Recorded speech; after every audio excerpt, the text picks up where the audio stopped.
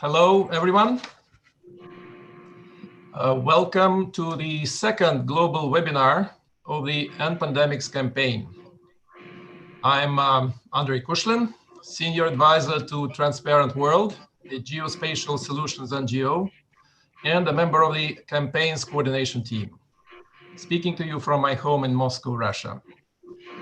When we met for the first time in this format around Earth Day in April, this was a very passionate meeting of hearts, a reflection of a growing crowd of concerned citizens and organizations whose interests in safeguarding the planetary health became suddenly enlivened by the global shockwave of the COVID pandemics. But we were still without a clearly defined common goal or a plan or a structure to support it at that time. Today, merely 2 months later, we are a campaign with a catchy name, EndPandemics.Earth, which emphasizes the Earth dimension, a mission statement that is sharply focused on solutions, a website platform with great collaboration tools, and a fast-growing alliance of participating organizations, big and small, formal and not so formal, and an even bigger global crowd of those who watch what we are doing, thanks to our great video that CNN is now running 4 times a day, 7 days a week. To further build our movement's breadth and strength, we now need to show that we have not only hearts, but also brains and muscles to be able to attract the attention of serious players at all levels of impact. Let me switch to my slides. So this is our campaign name. In terms of our purpose, we do not pretend to address the entire complexity of post-pandemic renewal and preparedness, but we focus sharply on the root causes, that is commercial wildlife trade, disruption of wild habitats, and wildlife dependence of poverty-affected livelihoods, to reach lasting solutions that won't have to be changed with every new virus. It does not only sound right, it has a major economic rationale, as we will see today from our One Health presenters. We harness the energy of the global shockwave to promote crowdsourced solutions across sectors and measure their impacts. We solicit and promote actions across all impact levels: communities, governments, businesses, consumers. And our main instrument is the solutions map that allows to work across various actions and impacts to ensure the maximum cumulative results from individual inputs. Today's speakers will present to us the One Health approach that has already become not just an academic viewpoint, but a robust operational and institutional framework to manage the complex risks of human-animal environment interfaces. Our guests will illustrate how this framework can help guide the needed solutions in frontline actions, public policies, business practices, and citizen engagement with relevant consumer behavioral changes. With this, I would like to pass on the baton to Steve Galster, our cheerleader, CEO of Freeland, based in Bangkok, Thailand, to introduce the video and our first speaker. Steve, over to you.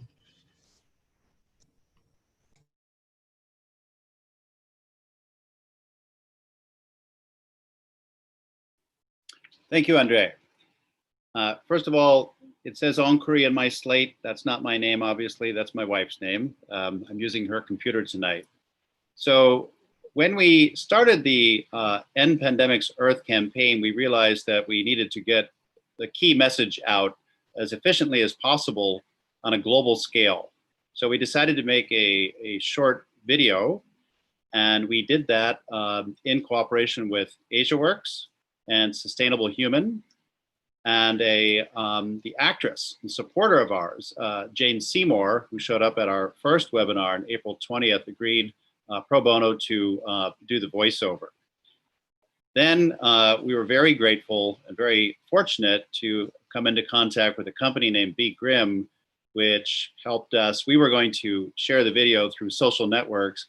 Be Grim agreed to join and support the campaign and sponsor the placement of this 1-minute message on CNN, which is now airing almost everywhere outside the United States globally, 4 times a day for like the next four months. So with that, I think we're ready to show the audience the video. And it won't be the last. There we go. There we go. We knew it was coming. The signs were all there. We knew we had to change, but we didn't. Destroying wild habitats, exploiting wildlife, turning a blind eye. Maybe it would go away. It didn't. It began to bite back. Primates and HIV, civets and SARS, bats and Ebola. COVID-19 is not the first pandemic, and it won't be the last. Unless we deal with the root causes. It's time to stop the wildlife trade and to support compassionate, sustainable farming to protect our planet. Let's change our relationship with nature forever. For all life on Earth.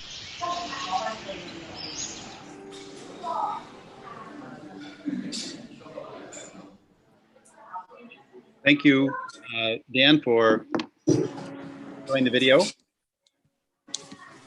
So the audience will have noticed at the end of the spot, there is a website that's linked to the NPandemics campaign website. That shows all the organizations there. And you also saw a logo called Be Grim. And Be Grim is a multinational conglomerate that is active in healthcare, energy, building and industrial systems, real estate, e-commerce, and transport. It was founded in 1878 and is based in Bangkok. And we're fortunate tonight to have with us Mr. Harold Link, who's the chairman of Be Grim, who can perhaps tell us why Be Grim joined this campaign, and if he has any insights or recommendations to pass either to the business community or from the business community in contact. Mr. Link, welcome. I know you're in Bangkok, so I'll say good evening. Good evening. Thank you very much, Mr. Galster, Steve. So thank you for inviting me to this illustrious meeting. Well, I think what you do is trying to achieve is wonderful, because we are now all suffering, the whole world, from the results of wildlife trade.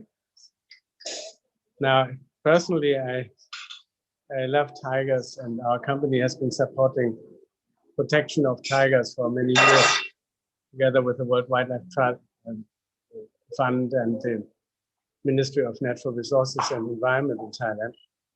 And then also our whole family, we love to ride, and we support the riding sport. And now there's another virus that has been biting us, which is the African horse sickness, which comes from zebras in this case, and 95 of all horses who will be infected died. So I think it's very clear and obvious to everybody that if we can stop the wildlife trade, then the chance of having these viruses is much less. Or the other way around, if we continue wildlife trade, then we will definitely have the next pandemic. And if you look at what happened in 1918 to 1920, there was the first wave, which was relatively milder than the second and the third. So 50 million people died, and I think nobody wants that. So all the friends I talked to and everybody in government I talked to, they're also interested in stopping wildlife trade, but to finally implement it will probably not that easy, but I think we have a good chance in Thailand, and we will do our utmost to try to convince those who can make it happen to make it happen. And already the Minister of Natural Resources, he made an edict already that would stop most of it. But I think there's still some way to go, and all my business friends, they're all for it. So wish you all the best. We thank you All for joining together. us. I'm happy to say that you say your business friends are also supportive, and we look forward to learning more about that, because this is a part of a series of webinars, and you're the first representative of a major company to have joined us. We thank you for your support and sharing your insights, and we hope to hear more from you in the future. Okay, thank you. Goodbye. Bye. Thank you very much. Over to you, Andre. Thank you, Steve, and thanks, Mr. Link, for your very insightful remarks about the business practice approach. Now let me move to our next speaker.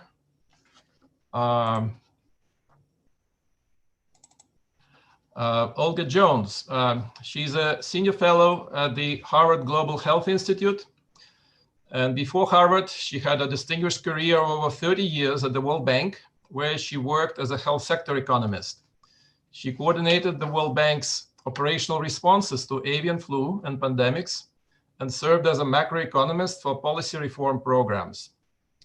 In her blog, Danger of a Pandemic, that Olga wrote 7 years ago, she predicted with a chilling precision the economic dimensions of the next pandemic crisis that the world is now living through. She now focuses on pandemic and epidemic risks through understanding of links to economic development, policies to contain antimicrobial resistance, and the role of One Health approach. She's connected now from the Boston area in the United States. Olga, you have the floor, and I'll be ready to switch your slides on when you say so.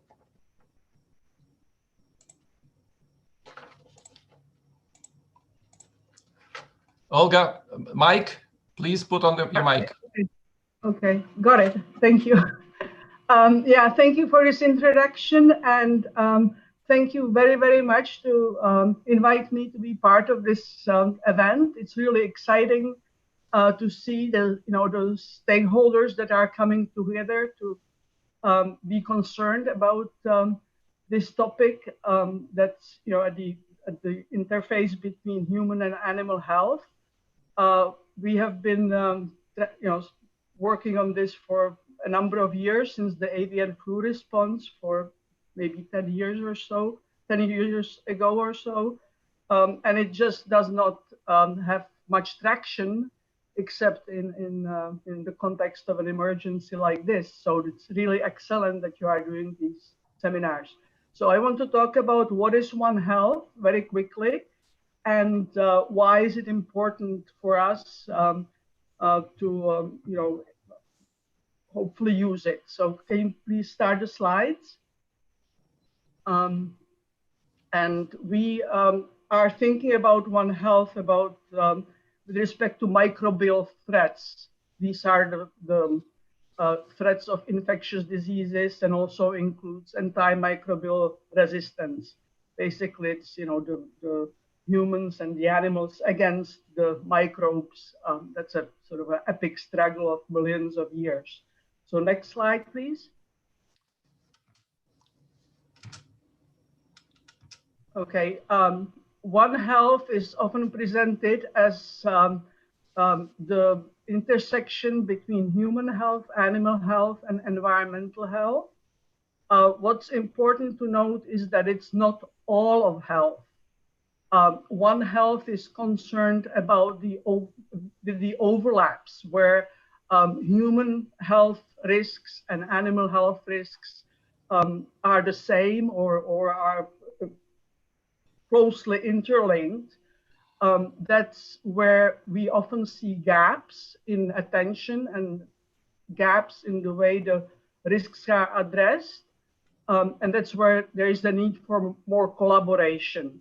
And that collaboration, which for the purposes of sort of operational work at the World Bank was directed toward infectious diseases in humans and in animals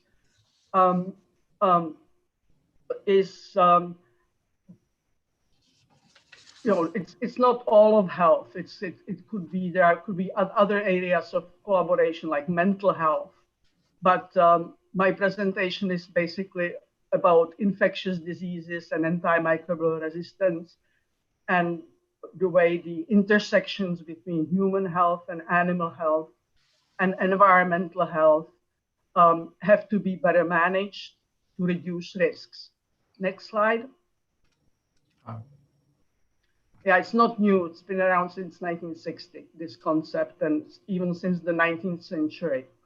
One easy way to remember what the difference is between the classical approach is that this is where institutions and professionals, people, they ask, what can I do? Like, I am a human health doctor, and therefore I am concerned about disease in humans. And the integrated one approach, which is for One Health, is what needs to be done. And this is where disciplines have to work together. And it's also a preventive approach. It works upstream on the causes of risks across disciplines. Next slide.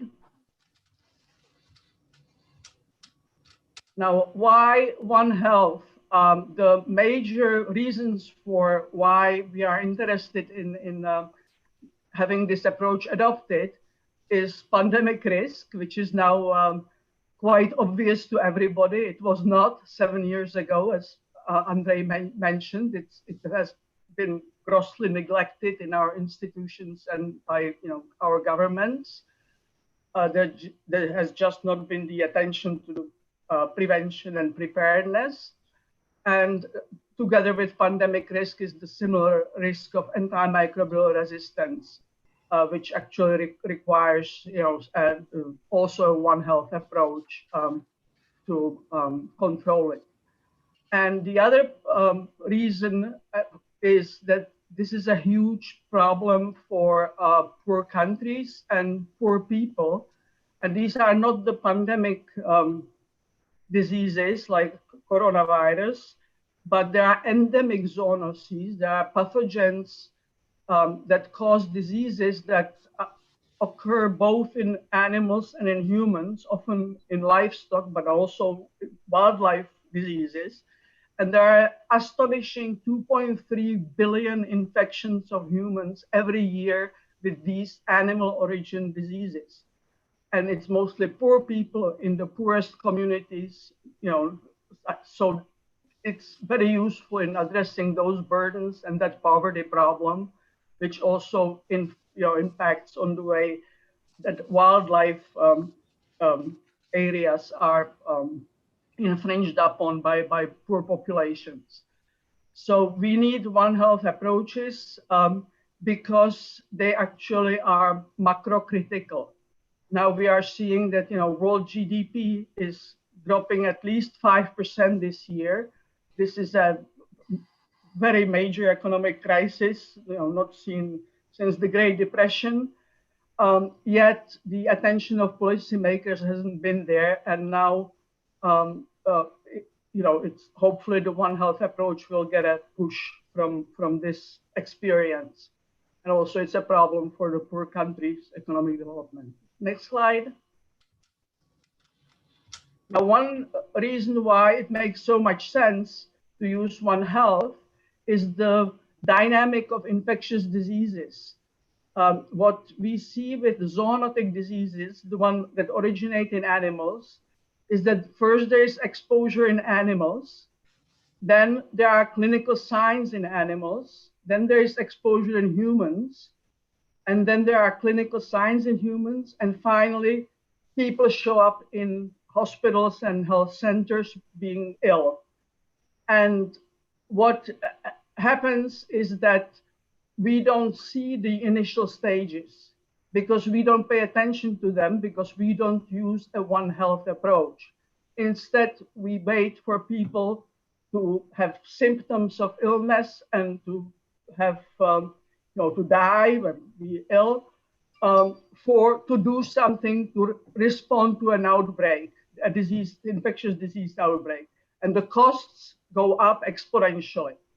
So what we have on the left side of the slide is weak capacity for surveillance.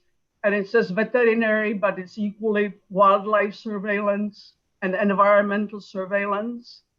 And if there is no surveillance, then we don't know all the risks that are coming. So there is no control or preventive measures that are possible, because we simply are blinded by the way the policies are set up. So it's a very costly policy choice to ignore the source of the contagion, and the cost goes up exponentially, and that's what gives it a very, very strong economic rationale. There is a very high rate of return to doing One Health approaches. Next slide. Okay, so despite this robust rationale, use of One Health approaches remains very elusive. We are very divided into silos. There is a dominance of the medical and human health sector in the pandemic and antimicrobial resistance space. And they tend to be more concerned with short-term patients that are already ill rather than preventing illness later. So there are all sorts of biases and neglect of prevention. It's also difficult to work across countries. Well, international cooperation is absolutely necessary. Institutions like the WHO are absolutely necessary, but they don't have the support of the members that they need. And there are two reports here that are referenced about One Health. One is a compendium of the framework for approaches that can be used, that was published just 2 years ago. And it's a good resource, and it's hopefully going to be used more now. Next slide. And now here to motivate interest in using One Health approaches, I was thinking of what kind of a situation is similar, where it is critical to work together. And one is a racing crew on a yacht race. This is Cows Week in England. And so what does a crew have to have? They have to have leadership, somebody with authority and information, data, surveillance, and a means to steer, authority to make people do what is necessary. And that is, we lack that for One Health so far, because it's not clear which sector it should be, leadership belongs in.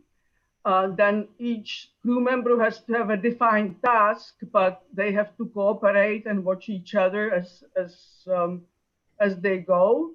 The solutions mapping that the NatureBased.Earth has put together is definitely part of the toolbox that is necessary. Because without coordination, they are going to lose the race. And the boat may even sink. And this was written 2 years ago, so that the emergence of novel zoonotic pathogens is not if but when, and the coronavirus is not the last zoonotic virus that we have to respond to. Thank you. Thank you very much, Olga. This was very both educational and inspirational. So let me now switch to our next speaker, and that would be Professor Lu Jahai. I'm just switching the slide.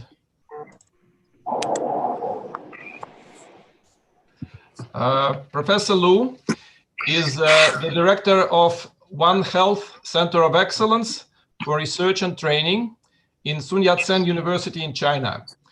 He is a distinguished health professional with primary research interests in One Health, epidemiological assessment, vaccine development, prevention and control of parasitic and zoonotic infectious diseases. His multiple leadership roles include President of Guangdong Federation of Science and Technology Laboratories, Vice President of Guangdong Tropical Medical Association, Vice President of Guangzhou Chinese Preventive Medicine Association, and Adjunct Professor of the State University of New York.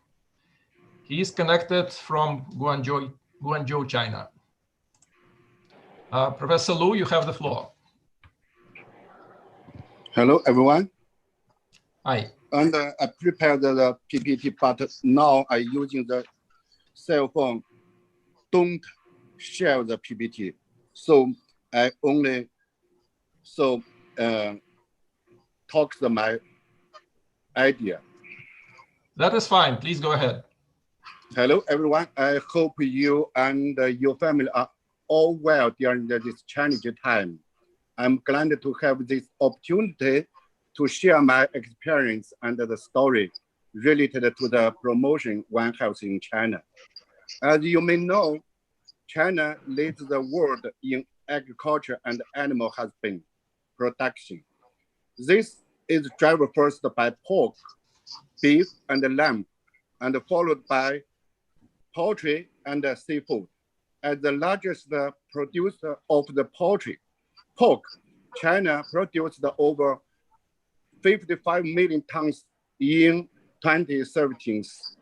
The European Union ranked the second, and produced just 23 million tons. China is also the largest consumer of the pork, with the national annual consumption of the nearly 55 million tons.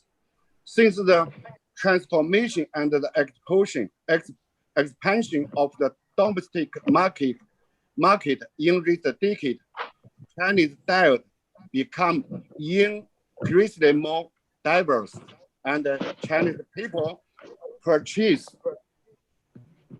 a significant high amount of the high quality protein, such as the beef and the lamb. Additionally, China has more than 300 million agriculture relevant workers, including more than 10 million workers for animal husbandry. In summary, China possesses the world's largest consumer market for animal-related products in terms of the production and consumption, and has the largest community of the animal-related worker. The expansion of the animal market brings not only economic benefit, but also a higher risk of zoonotic disease, such as the brucellosis. Nationwide cases of the brucellosis infection disease from 1992 to 2019, and this increase is related to the prevalence of the livestock nationwide. Besides traditional livestock, wild animals are also play an important role in the spread of the emerging and re-emerging infectious disease.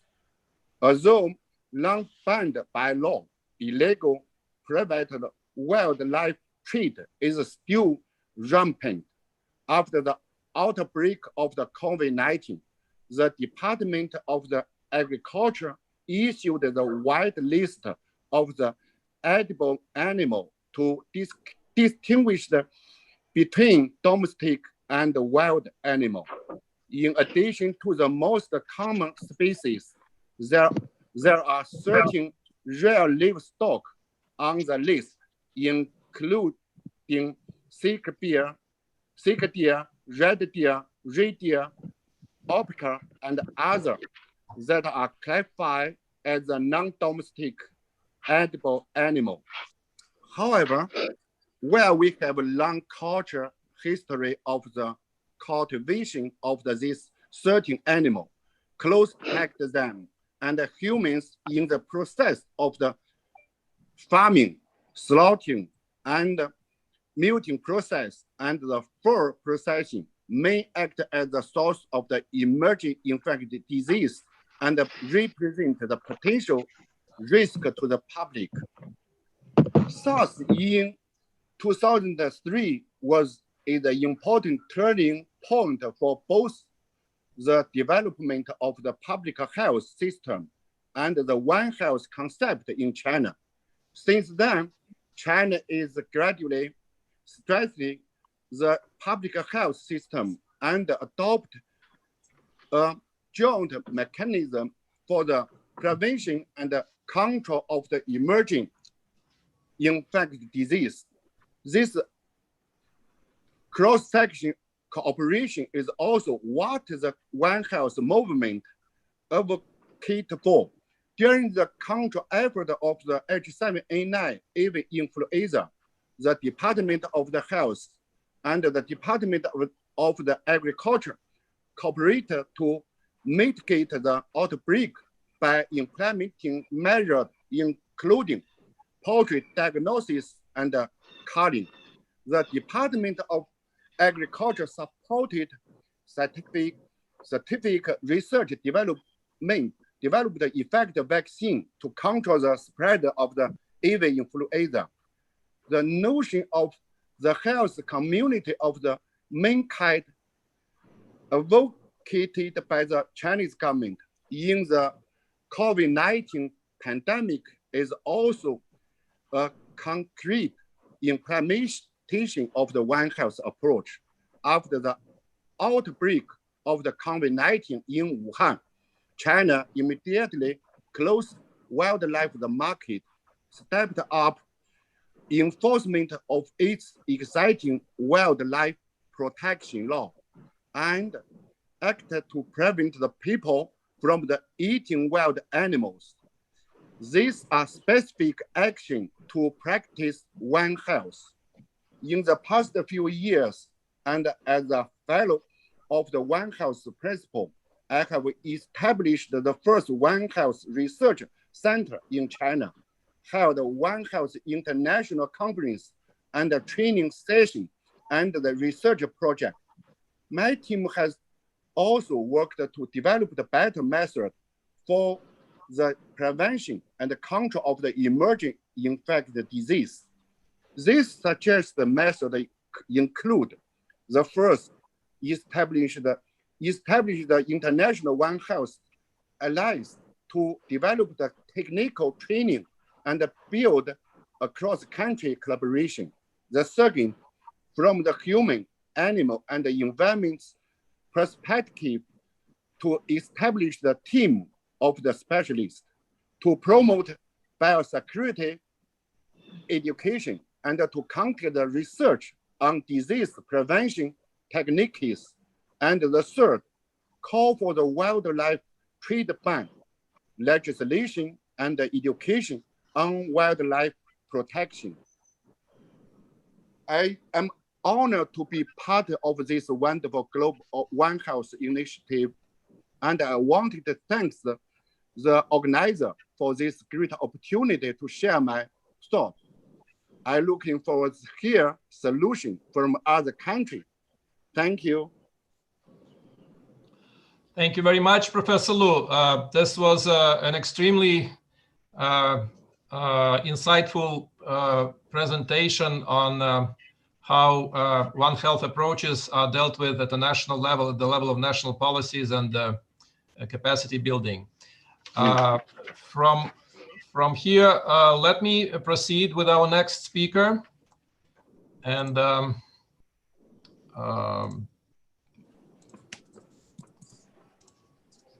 I'm sorry.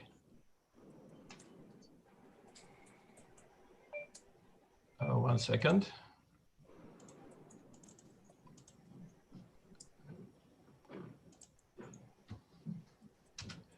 I'm giving the floor to Alexander Shestakov. Dr. Shestakov is the director of the Division of Science, Society, and Sustainable Futures at the Secretariat of the Convention on Biological Diversity, the CBD, based in Montreal, Canada. In this position, he plays a key role in coordinating the development and negotiation of the post-2020 Global Biodiversity Framework that would be submitted for approval by the next conference of the parties of the CBD early next year in Kunming, China. Educated in geography and environmental law, he has a rich and diverse experience in environmental management and policy, working for academia, government, international organizations, private sector, and environmental NGOs. Prior to CBD, Dr. Shestakov was the director of the WWF Global Arctic Program and the WWF representative to the Arctic Council. He is now connected from Ottawa, Canada. Alexander, you have the floor. Thank you, Andrei, and good morning, good afternoon, good evening, colleagues. Thanks a lot for organizers to come with this very timely initiative.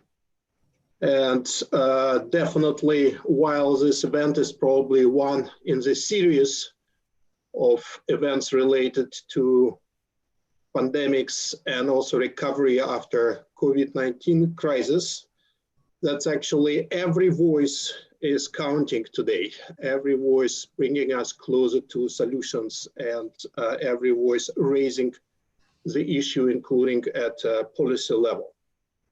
So it's really clear now that after a few months, we are in a COVID crisis, that COVID-19 revealed many systemic issues, including risk-related issues, where actually no proper value is given to nature, to efforts for conservation and sustainable use of natural resources. But as we also heard before, basically to addressing the root causes of issues, including root causes of zoonotic diseases. While of course we have a very significant crisis in many spheres, and it's in health systems, but also in economics. And we also know that environment is also affected, as a number of cases are requests for lowering environmental standards.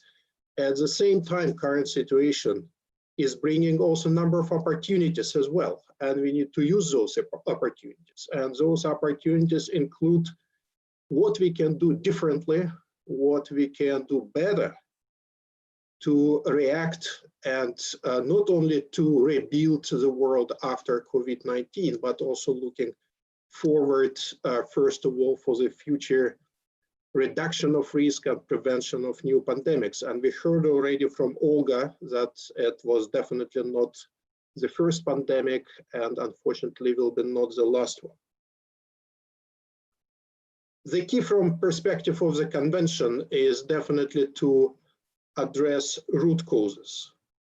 And that needs to be in the heart of any policies and strategies to rebuild the world after COVID-19 crisis.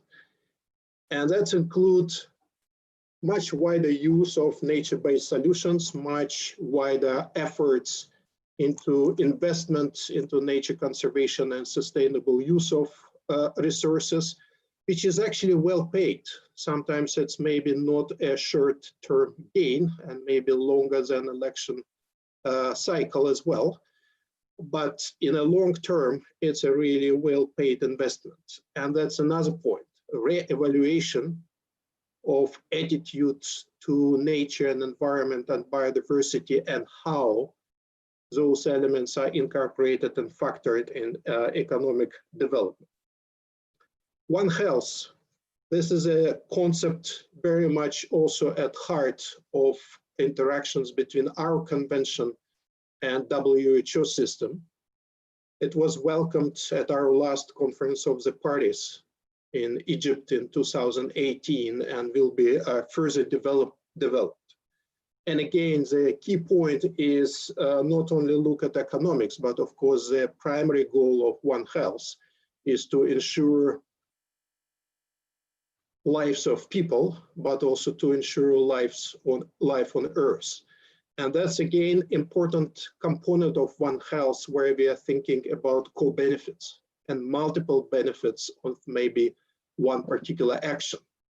And that's what we need to think about, because when we are rebuilding after the crisis, so we should look at those solutions which may both benefit well-being and livelihood of people, support human health, and at the same time provide benefits to support healthy land. So Andrei mentioned the development of global biodiversity framework, the post-2020 global biodiversity framework, which convention with all its 196 parties and many observers and stakeholders working very hard. And we expect that that will be approved at the Conference of the Parties in China in 2021.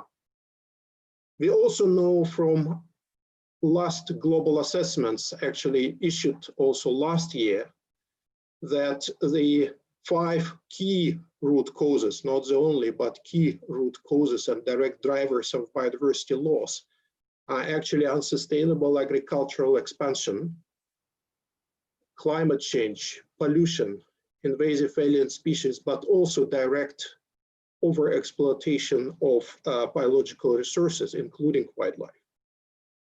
And thus the global biodiversity framework is designed a way to address those root causes and address those elements of crisis, as also was shown, I think, very nicely on the Olga's graph, which are coming at the early stages of pandemic.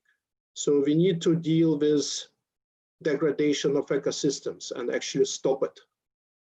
We need to ensure that ecosystem restorations happens where it's possible, but also where it's most effective to achieve both environmental gain, but again, support local communities and livelihoods. The conservation of biodiversity, including the system of protected areas where a number of wildlife species may stay untouched, and reducing contacts with humans, that's also may help. The control and where necessary eradication of invasive alien species. And many invasive alien species are actually a source of pathogens and can bring new and can bring it to the human communities as well. So that's important component of the new framework as well. Expansion of nature-based solutions. And although nature-based solutions sometimes are used mostly in a climate change context, which is continue to be extremely important. And we know that probably up to as much as up to 40% of reduction in greenhouse gases and mitigation measures can be achieved through nature-based solutions. But nature-based solutions help in many other areas, including supporting health. Sustainable use, and as we are speaking here of wildlife, that's an integral part of the framework, including providing for legality of the trade and elimination of illegal trade, but also definitely regulating harvest, as well as regulating and ensuring sustainable use, also addressing the health issues. The key pieces are still consumption and production. And post-2020 Global Biodiversity Framework is also looking at changing those patterns. We need to produce differently. We need to introduce a new production practices which are sustainable, but which are also use integrative approaches, as One Health suggests. But we also need to seriously think about the way we consume. And that's actually for all people. That everyone can play a specific role in changing consumption patterns. And finally, all those nice measures probably will never happen if special conditions and implementation conditions are not in place. So we seriously need to see that the level of funding, especially funding and resources coming to developing countries, are actually commensurate to the ambition of our goals and our targets. The capacity building and capacity development is an essential part. In many countries, all things we are talking today, including control of diseases, including surveillance, including tests, including control of markets, is not possible because capacity is lacking. So we seriously need to invest. And definitely science. Science knows a lot, but even this time with this crisis, we face a situation when science was not completely ready, and we need to know much more, including about interactions between wildlife, degradation of ecosystems, and potential for new pandemics. So basically all this need to be in place if we like all things we are talking about be implemented in real life and implemented on the ground. So I stop here and further just make an appeal for everyone to be part of it, as probably never before. We need unity and focus on implementing good and new solutions. Thank you. Thank you very much, Alexander.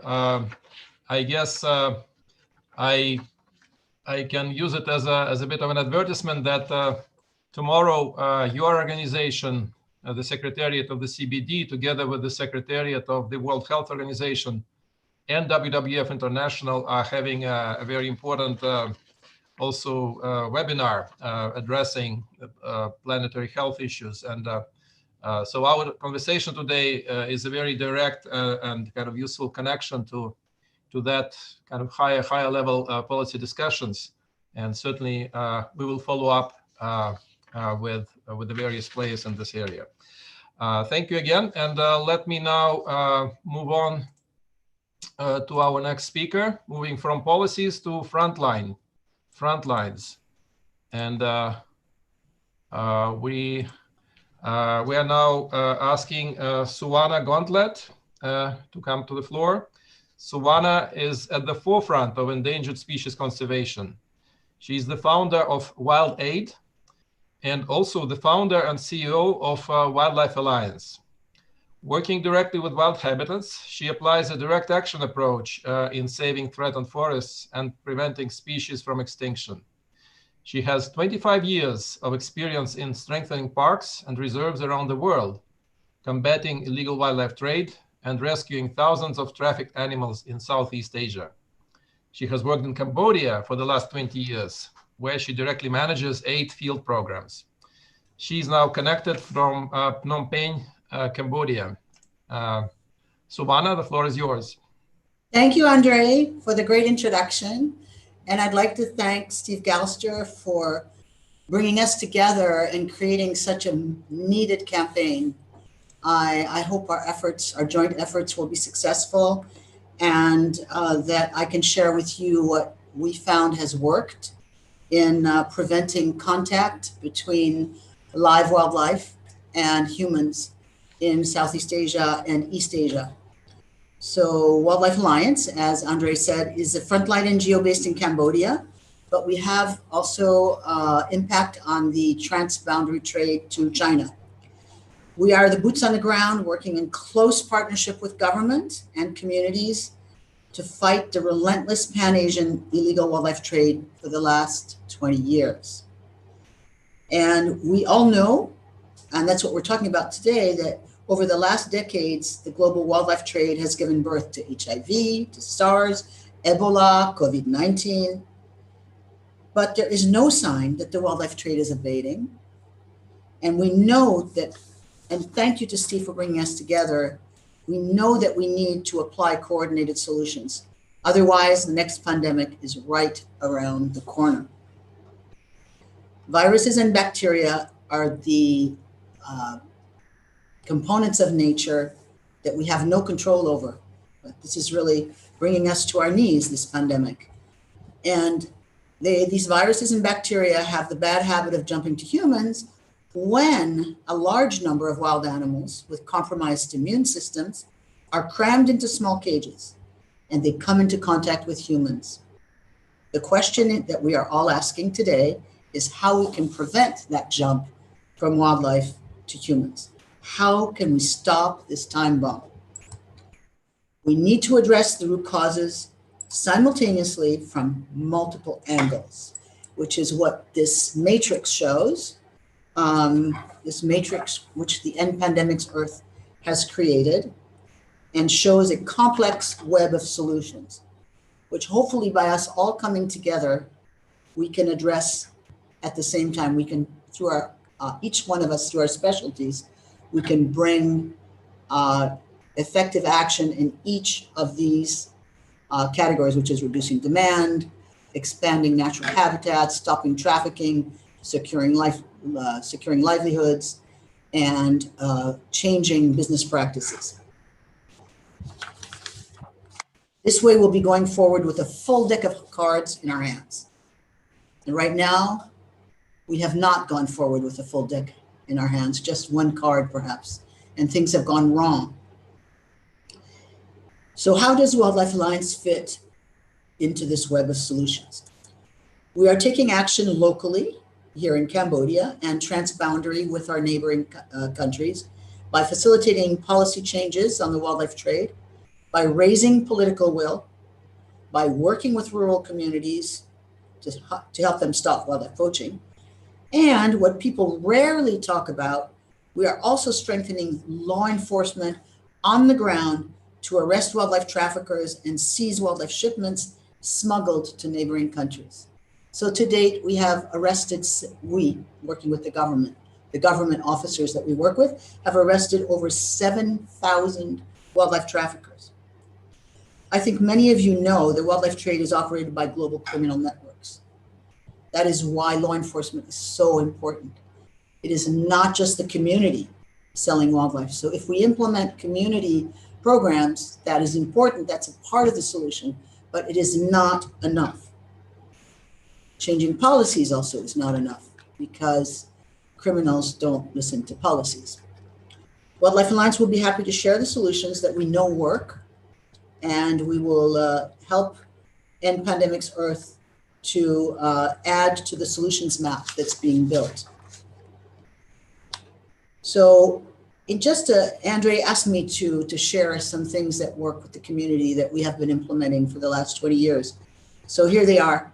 We start with bringing to schools health education related to the illegal wildlife trade. We touch about 50 schools a year, reaching thousands of students, training teachers, and talking to thousands of adults and communities for entertainment in the evening through shows on wildlife and health. We transfer manual job skills to adults. We provide agriculture inputs, where this is an irrigation system.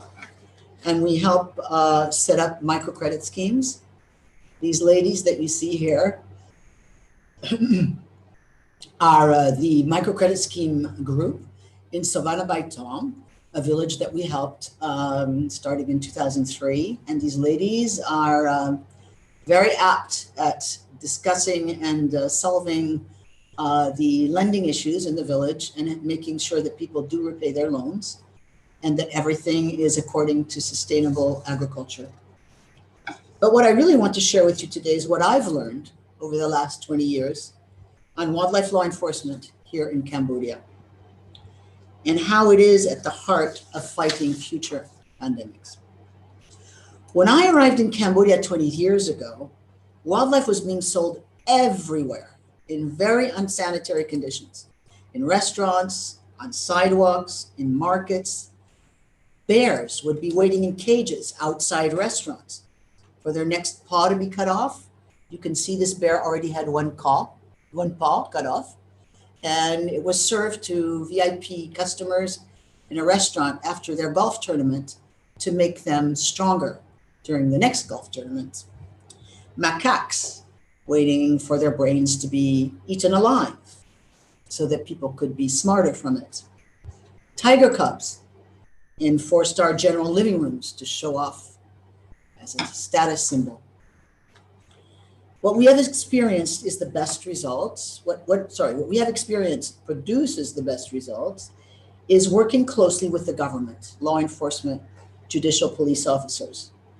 And why is that important? Because they're doing their work, but we're there to help them uphold the law, which was not happening before we arrived in Cambodia.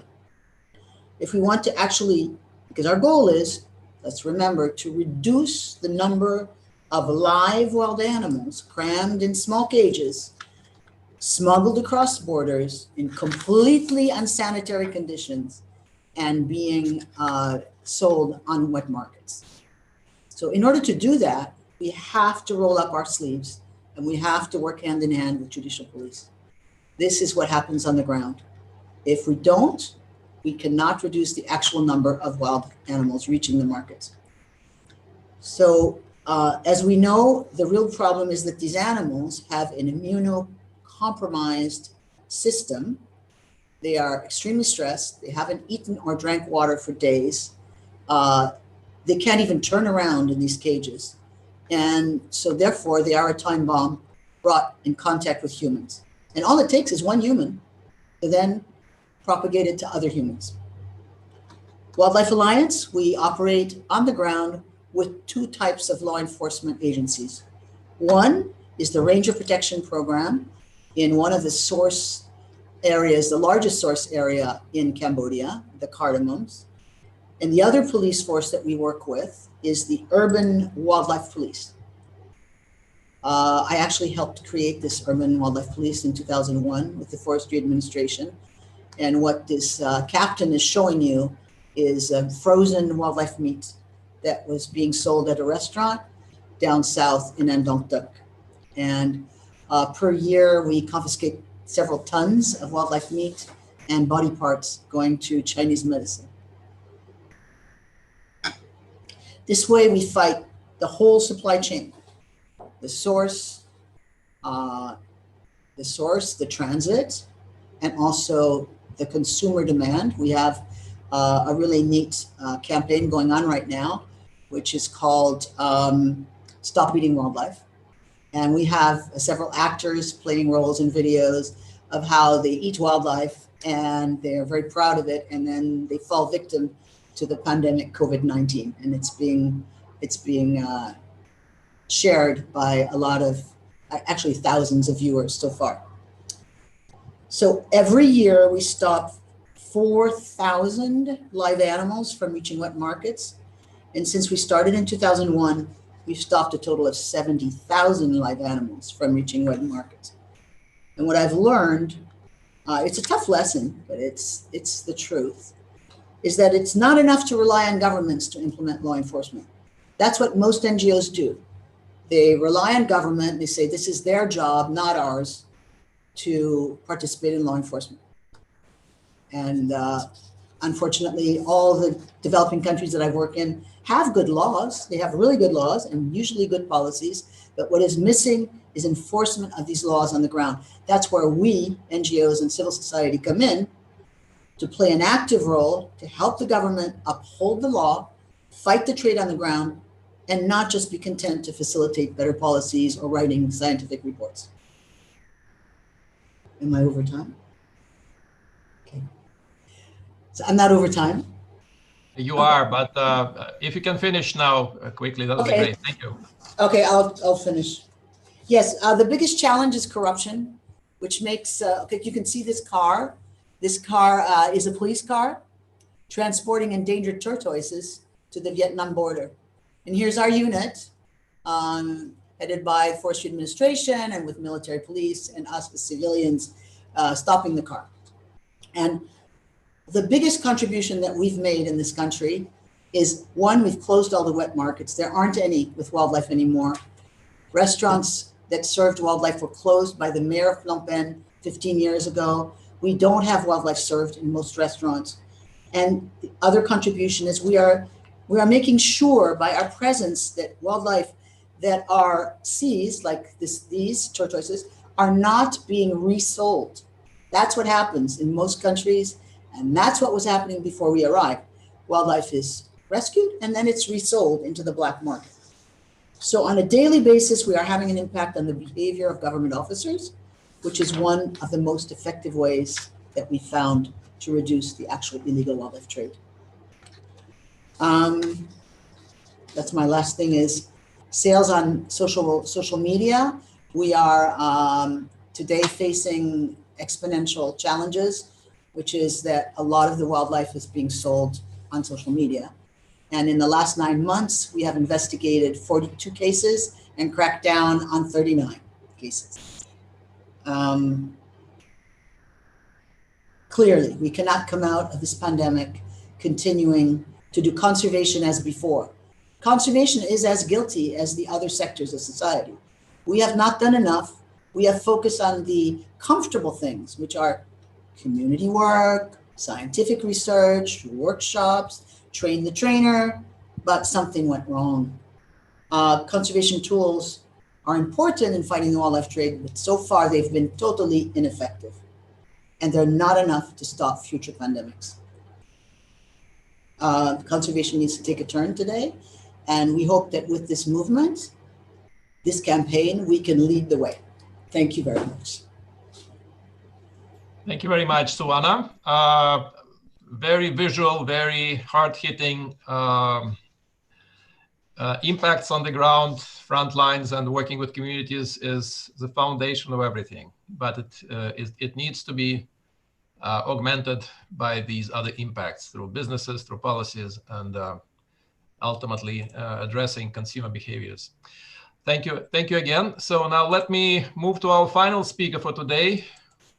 I'm asking to Steve Walker to join us. Steve is the founder and CEO of Task.io. It's a UK technology company. And he has been in the startup space since many years ago, since 2003, launching first a software as a service company, Edibu, in 2007. His mission is to make technology provide us with the insights we need to help consumers, employees, and donors make better decisions through transparency. Steve is now connecting to us from the wonderful resort town of Hua Hin, 3 hours south of Bangkok in Thailand. Steve, the floor is yours. Thank you. Thanks, Andre. And first, thanks to everyone who's joined the webinar today. We really appreciate your time. For us at Task, we're very proud to be supporting the End Pandemics campaign, and we're very keen to contribute to targeting consumer behavior, given it's an End Pandemic key impact track. So at Task, our mission is to help organizations engage their teams and track activities that support their social and environmental missions and provide proof of impact back to the markets. Now, one of the reasons this is important is because it enables consumers and employees and donors to make better decisions about who they provide their support to. So I started this business a couple of years ago as part of a personal mission to use my technical and startup skills to create technology that promotes positive behavior. My own personal belief is that we have to change the incentives which are driving commercial systems. And these systems, they're the most powerful change agents that we have available to us right now. And with the right incentives and beliefs, this change can be fast. So, people are making decisions based on the information available to them. And we're seeing in many cases, very poor outcomes thanks to the lack of evidence provided, or as is often the case, a biased presentation of data that's being driven by big business and short-termism. Let me just share my screen. So, first, I want to contrast two cases around track data and the differences in outcomes. So the murder of George Floyd was caught on security cameras and bystanders with their mobile phones. And the evidence of police brutality is now sparking a global movement. Epstein, on the other hand, he died in prison with security cameras switched off, meaning that data got lost on the way to his grave.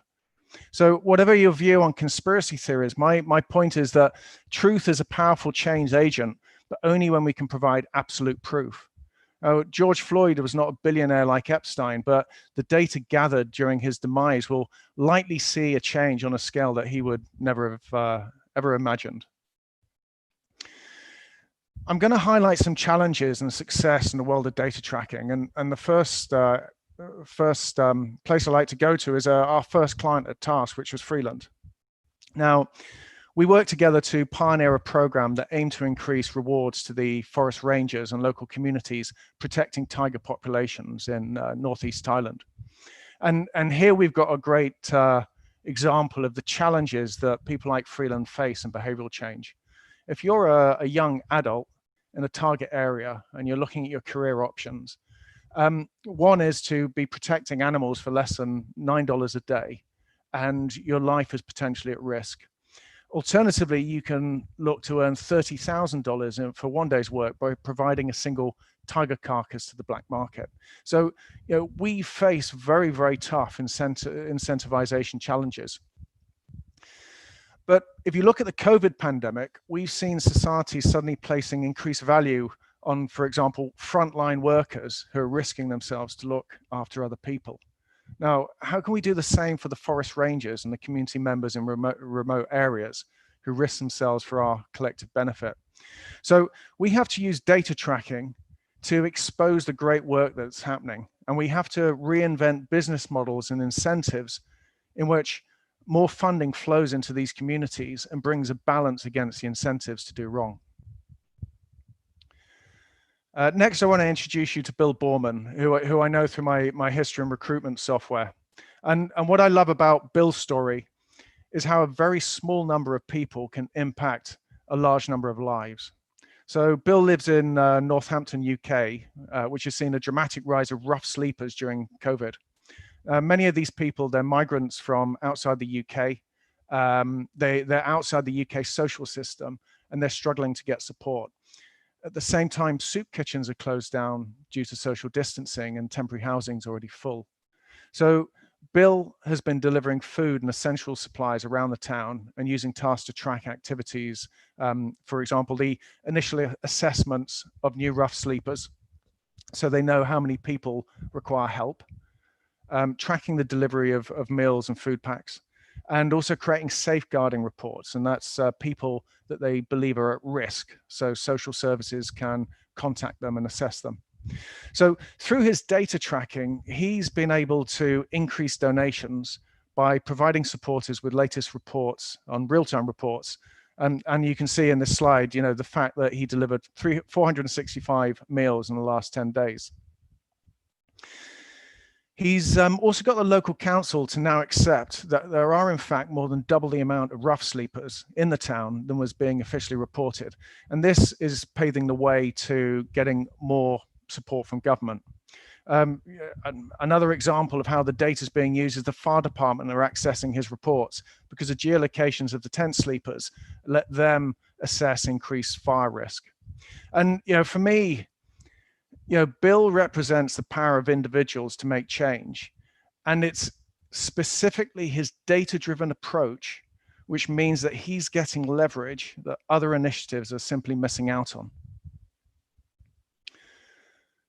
Finally, I want to highlight the work of Bangladesh Animal Rights, which is an organization that we started working with recently. They coordinate getting funding to other animal-focused NGOs throughout Bangladesh. And one of their initiatives looks to provide finance for injured animals requiring emergency treatment. Now, currently, the method to find funds for this is using a WhatsApp group, and finding a donor can take around 2 hours, which means during this time, the animal is on the road or wherever they're located suffering. We can improve the support model by increasing donor confidence through data tracking. In this new model, donors see their funds escrowed, which are financed to the specific activities of ambulance call-outs and hospital admissions. So now when an NGO has an animal in need, BAR can release the funds instantly. The onus is on the NGO to track the animal being supported, and this gets real-time updates to the donors, including copies of invoices and bills. And this change by BAR sees them able to help many more animals. It removes the 2-hour window of suffering, And the reports created by the NGOs on donation use are also reused as marketing content to secure more donations. So this is a great example where simple transparency is solving multiple issues. So just to draw some conclusions before I hand you back to Andre. We often hear the expression that leaving money on the table, but I believe we're leaving a lot of change that supports the One Health and NPandemics goals on the table too, because huge amounts of data is being lost that could help support change. And there are many people in the world pursuing great causes, but their voice is often not heard. So as consumers, employees, and donors, it's not always easy to make the right decision. And the marketing power of big business means that we can be swayed, and the economic incentives often don't give us the results we want. The power of evidence-based proof can create revolutions, and it begins by letting consumers and employees strip away the layers to truly understand the businesses and the causes that they support. So many thanks for listening, and please feel free to shout with any questions. Back to you, Andre. Thanks so much, Steve. This is really where my mind really starts shivering at the prospect of transformational change that we can all launch by tapping into the new technological solutions to really reach out to every citizen in the world and to empower and incentivize their actions towards a common goal. So this concludes our lineup of speakers for today. We are slightly falling behind our time, but we have been receiving and tracking questions through the chat in YouTube and Facebook. And let me first do the following. I first want to announce that due to kind of some last-minute confusion, we have not received on time the slides that were prepared by Professor Lu from Guangzhou, China. And we will make all presentations available in the report of this event, including the slides from Professor Lu. That's one thing. Secondly, let me now read a couple of questions. Some of them are addressed to Olga. Olga, if you're still here, we have, if you can come back. Olga, are you there? Yes. Yes. I'm here. So, yes. So there's a question from Charlotte Jean, and she's asking, compared with non-communicable diseases, to what extent the communicable diseases will be the heavy health burden in the globe? How to prepare for the future?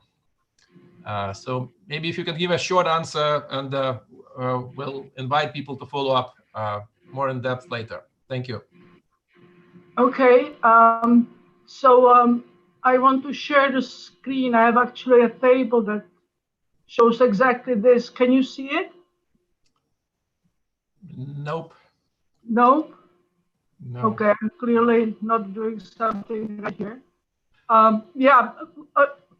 Okay, in short, the health sector is very much one where there are many needs. You know, sometimes people say that the needs are infinite. You can spend more and more on health. And there are different, advocacy groups for different kinds of disease specific spending that are constantly,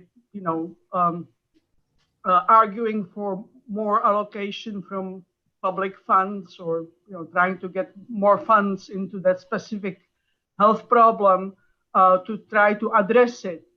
And the example that the questioner asked was, how do we compare investing in reducing the risk of non-communicable diseases that are known to be a problem and an increasing problem everywhere, and quite costly? How do we compare it to investing in preventing pandemics? And actually, this comparison is quite possible because WHO has done a calculation about the benefits that you can get from investing in reduction of non-communicable diseases, and those benefits would be about $25 billion per year, using the most effective interventions and investing in them. And they would cost about $8 billion a year. And so you would get a benefit to cost ratio of 3, meaning that for every dollar that you invest in non-communicable disease reduction, you make back $3 for the society and everybody's welfare. This comparison is also possible for pandemic risk reduction, and it's quite dramatically more sort of points to how beneficial these investments are. We come out with a benefit cost ratio of 18, meaning that if you invest $1 in reducing pandemic risk, you make back $18. Not all of this is health benefits. Some of it is societal benefits because, as we see now with COVID-19, there's immense societal disruption that occurs, an economic shock that's very costly to everybody, and reducing that risk is actually a highly productive investment. So the short answer is yes. You should invest in both because both are clearly beneficial. But actually, the pandemic risk reduction is about 6 times more beneficial, right? Because the benefits are just so much greater than the costs of reducing pandemic risk. Thank you, Olga. Short answer. Yes, thank you. And we will also attach your slide that you wanted to show to the webinar materials. Sure. There is another question which from Dr. Nizam of Bangladesh. He's addressing it to you, but maybe you're not fully in a position to answer. I'll read it anyway. Is there any current policy from World Bank to strengthen the functioning of One Health in South Asia region for combating future pandemic threats in this area? If you cannot answer, we'll make sure that I mean, it's been a very marginal topic within the World Bank ever since it began in with the avian flu response in 2006.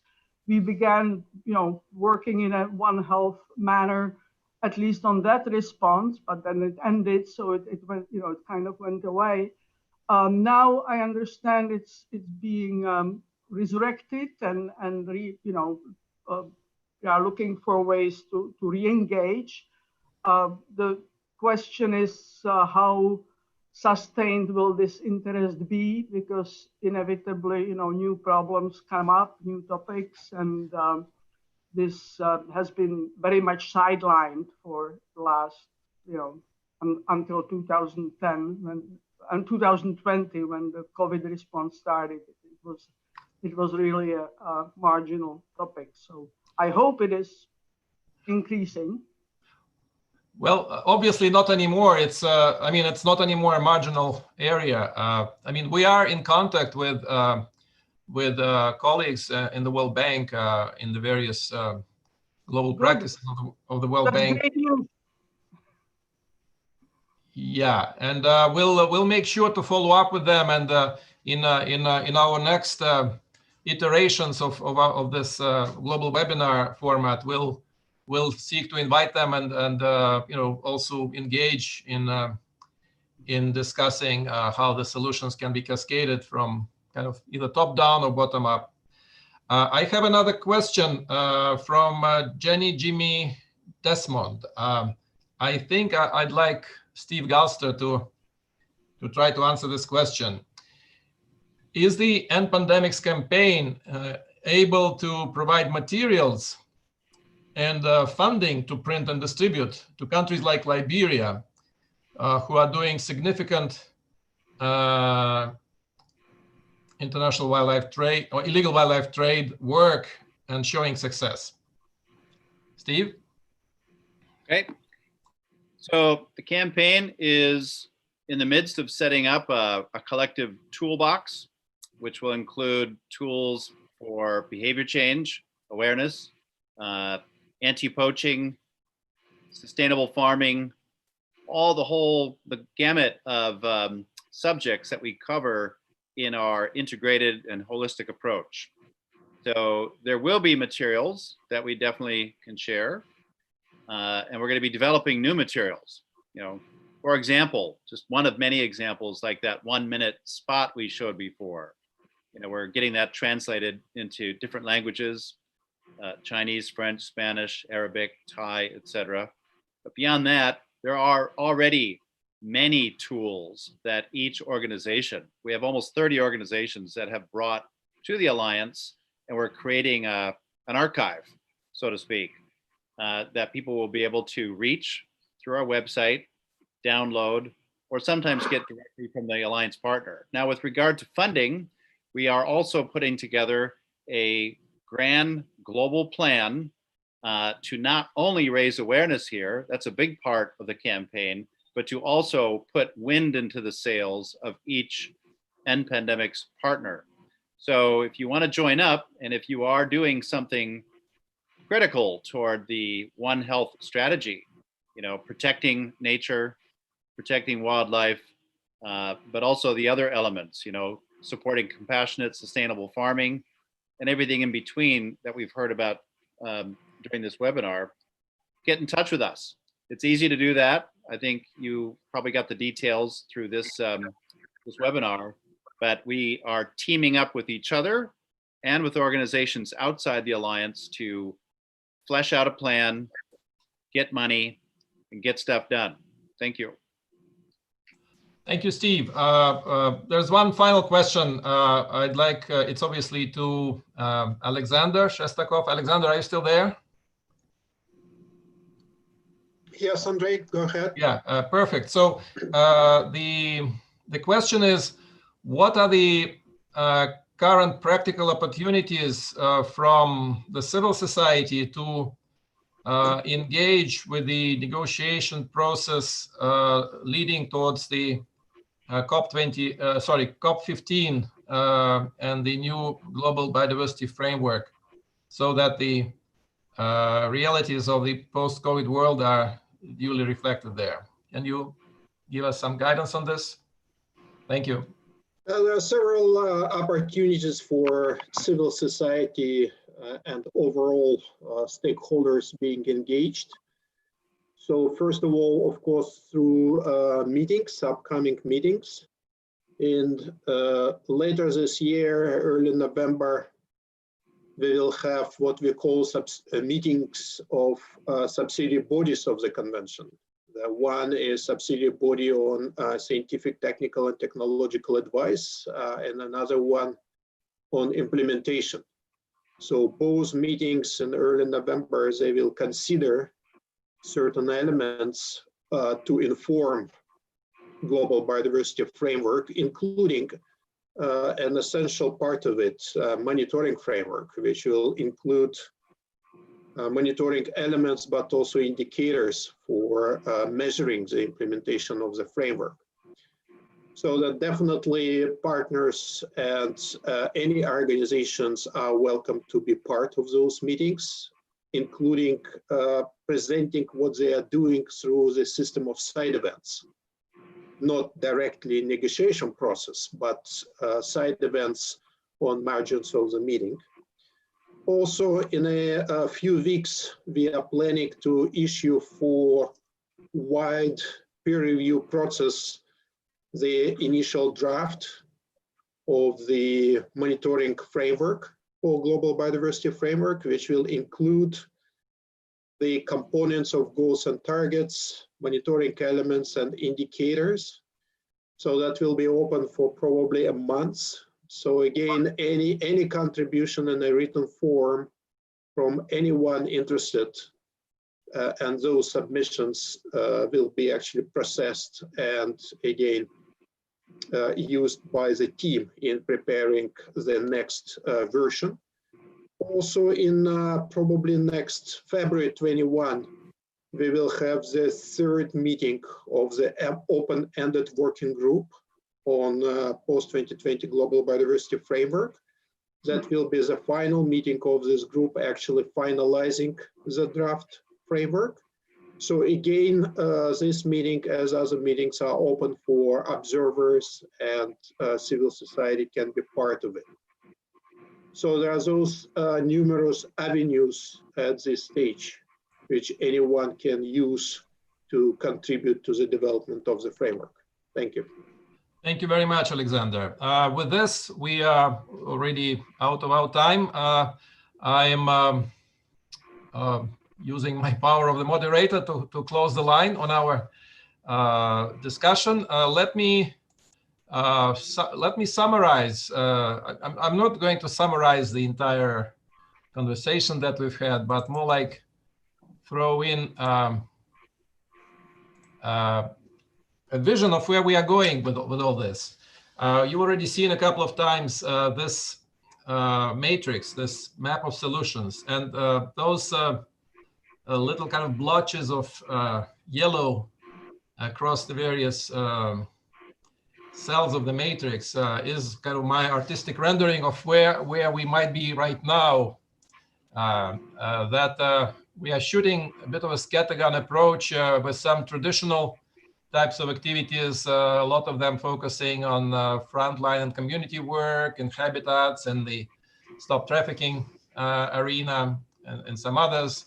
Obviously, public policies work is active to some extent in a number of action pillars, etc. But I mean, much less so, certainly visibly, and so that the world knows that we see the other impact tracks, the business, changing the business practices, or affecting consumer behaviors. And there are also other possible impacts and other possible types of activities. So that's where we are right now. And by putting our forces together as a crowd, and we are intentionally having a very light structure, but heavy on impact, so that this converts into a very focused shooting, so that we all hit all the targets and use the power of the crowd to create these solutions at various scales and in various geographies, at various sectors, and connecting between the sectors and the levels of impact. So this is where we want to go. And with that, I will be. I would want to kind of leave you as a result of our hour-and-a-half conversation.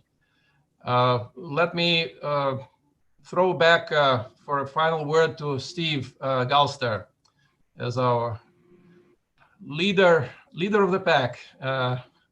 If you want to say a few words, kind of to where do we take it forward? But please. Thank you, Andre. Yeah, and we're an egalitarian alliance. We helped start this, but Andre is my counterpart. We're all equal shareholders in this. But thank you. Two points, I guess. One, speaking to our question from our colleague from Liberia before, this is a question that comes up a lot: is how do we fund this stuff? How do we share best practices? But really, a lot of it comes down to the money. And speaking back to Sawana's point before, we've done something wrong to get here. And I think overall, if the world has done something wrong that we want to correct, is we did not invest in nature protection. And look where it got us. Now we have a chance. We got off lucky this time. This is a light pandemic compared to probably the next one. So we need to invest in nature protection. 0.00001% probably of the destructive invoice that COVID is going to deliver to the world of over $10 trillion, and they're talking about it mounting even more.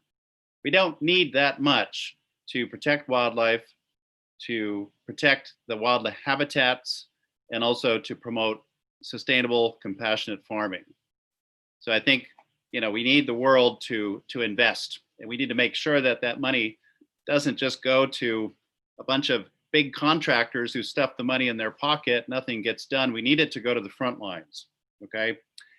The other thing I think the lesson is, we've tried for years and years and years, decades, to regulate the commercial trade in wild animals. And with very, very few exceptions, it doesn't work. And it's because of the uneven economics in the world, the lack of enforcement, and the corruption. I think we need to stop this experiment, because I think that's also what got us here. So we want to end the commercial trade in wild animals. The virus does not discriminate between legal and illegal animals. We want to rebuild wild habitats, and we want to take care of people too by promoting sustainable, compassionate farming. There's a way to do all of that. That's what our campaign's about. We hope you all join us, and I really appreciate, Andre, you organizing tonight's event, and thank you. Back to you. Thank you, Steve. So with this, I'm happy to just put, I have my kind of final pitch slide to everyone. Look again at what we have done and what we are really ready to do together, and join us, help us grow as a crowd. As Steve said, we are egalitarian. There are no bosses here. And we look forward to your connecting through our website and starting to be part of our kind of weekly and other regular activities. And we look forward to our next meeting in the next few weeks or a month. We'll see how it goes. Thank you very much, everyone. And